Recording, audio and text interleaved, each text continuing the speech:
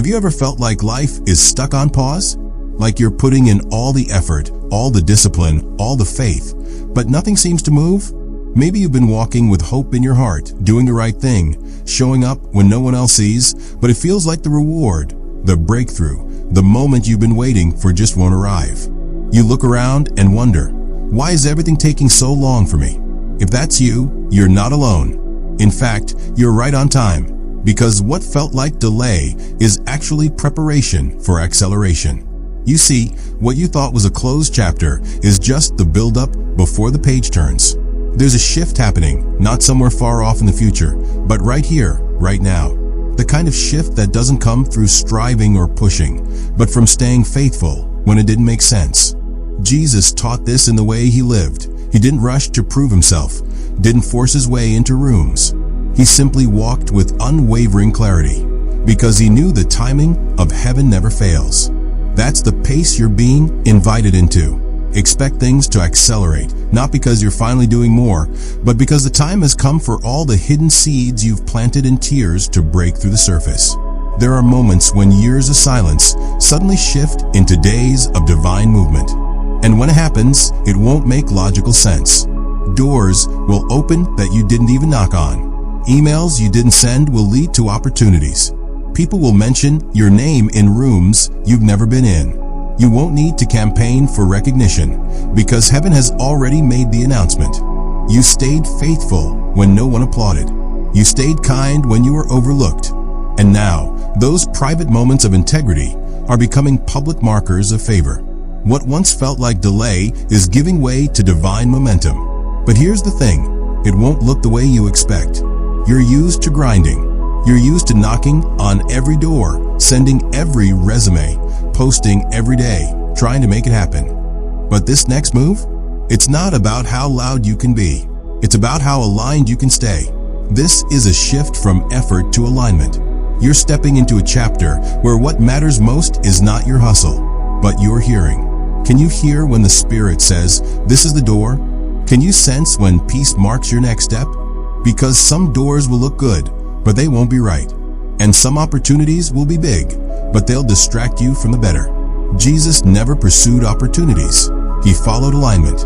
He didn't perform for favor. He lived from it. And that's what's being awakened in you now. So many of us have been conditioned to believe that we must push harder, work longer, sacrifice rest for relevance. But what if the greatest doors in your life won't come from your pressure, but from your posture? What if the introduction you've been waiting for doesn't happen because you networked your way into a room, but because God placed your name in someone's spirit who's never met you? That's not fantasy, that's favor. And it only comes when we learn to stop striving and start listening. When we release our need to control and simply respond when the call comes. And let's talk about this next part, because it might just be the most important. You've been hidden. You've been working behind the scenes, building in silence, weeping in private. You've been in the wilderness. And let me tell you something Jesus taught clearly through his own journey. Wilderness seasons are never wasted. They are sacred. They strip away performance and polish our character. In the wilderness, your faith was not weakened. It was solidified. Your voice wasn't lost. It was refined. The pain didn't destroy your purpose. It purified it. And now you're being called out, not for attention, but for impact. You're being relocated, not just physically, but spiritually, out of obscurity and into divine visibility, not to impress the world, but to carry something the world desperately needs. You've been refined in secret so you could carry weight in public. And the reason you can be trusted with more now is because you learned how to hold the little well. You learned how to steward loneliness without losing your joy. You learned how to pray through confusion. You learned how to trust God when nothing around you looked like a promise. That's why now, when the spotlight starts to shine, you won't crumble under its heat. You'll reflect the light with grace. You're not stepping out because it's finally your turn. You're stepping out because it's finally your time. The difference? Turn is about comparison. Time is about purpose. And your time is now. You're not coming out to prove anything. You're coming out to reveal what's been built. You're not showing up to be praised. You're stepping forward to make impact. There's something in your story, your voice, your gifting, your scars, that is needed now. And the years of hiding, they weren't punishment. They were preparation. You weren't forgotten. You were being formed. So let this sink in. You don't need to fear the acceleration. You don't need to doubt the open doors. You don't need to shrink back when the call comes. Everything in you that feels unready, unqualified, unseen, that was the lie of the wilderness. And it ends here. You are not who you were back then. You're stronger. You're wiser. You're ready. Not perfect, but prepared. Not flawless, but faithful. And when the door swings open, don't pause to ask, why me? Ask instead, why not now? Because now is the moment when your waiting turns into walking. Now is the moment when the delays make sense. Now is the moment when your name echoes in places your feet haven't touched yet.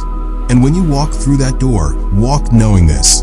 You're not walking alone. You're walking with heaven's rhythm, heaven's timing, heaven's weight resting on your shoulders. Not pressure, but purpose.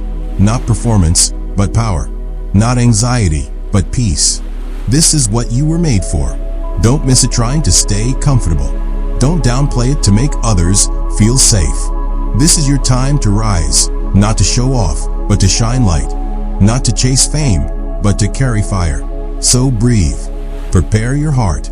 Keep your ears open and your steps surrendered. Because the shift isn't coming.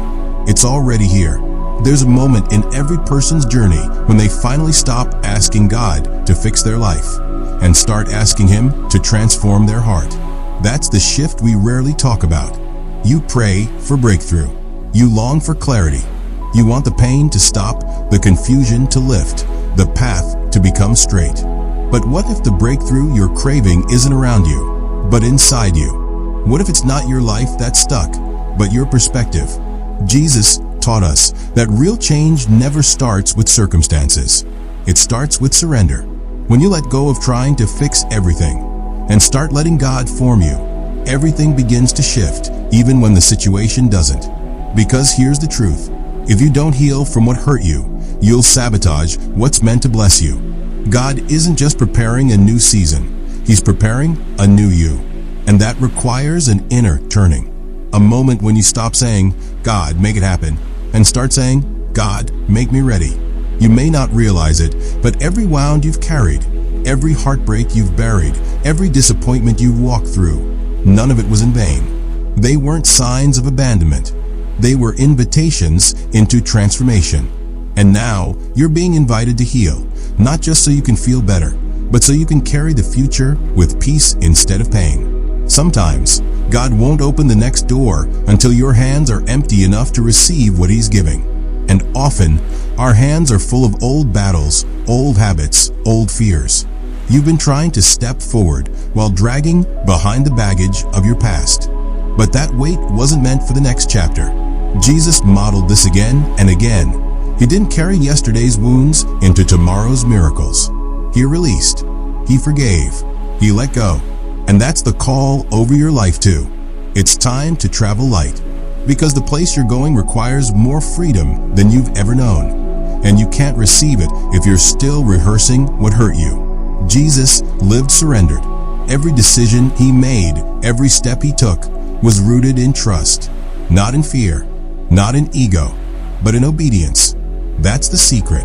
Not the flashy kind of faith that posts well, but the deep kind that lasts through storms. The kind that says, even if I don't understand, I will still walk. Even if I'm afraid, I will still believe. Even if I'm overlooked, I will still obey. That's what God is forming in you. A deep, unwavering surrender that doesn't need applause or explanation, just conviction. And here's the beautiful part. When you surrender, you don't lose yourself. You find yourself. The version of you that you've been chasing through performance and perfectionism, that version is already inside of you. But it only comes alive through surrender, through trust, through rest. And when you live from that place, you become dangerous to darkness. You become a light that doesn't flicker in fear. You carry a peace that confuses the world. And you walk into rooms not looking to take, but to give, because you finally know who you are and who you belong to. So, this is your moment. Not just to expect acceleration, but to embrace transformation. Not just to step forward, but to surrender fully. Not just to come out of hiding, but to come alive in purpose. This isn't just a new season. This is a new you. And you're ready. Not because you have it all together, but because now you know you never had to. All you had to do was say yes.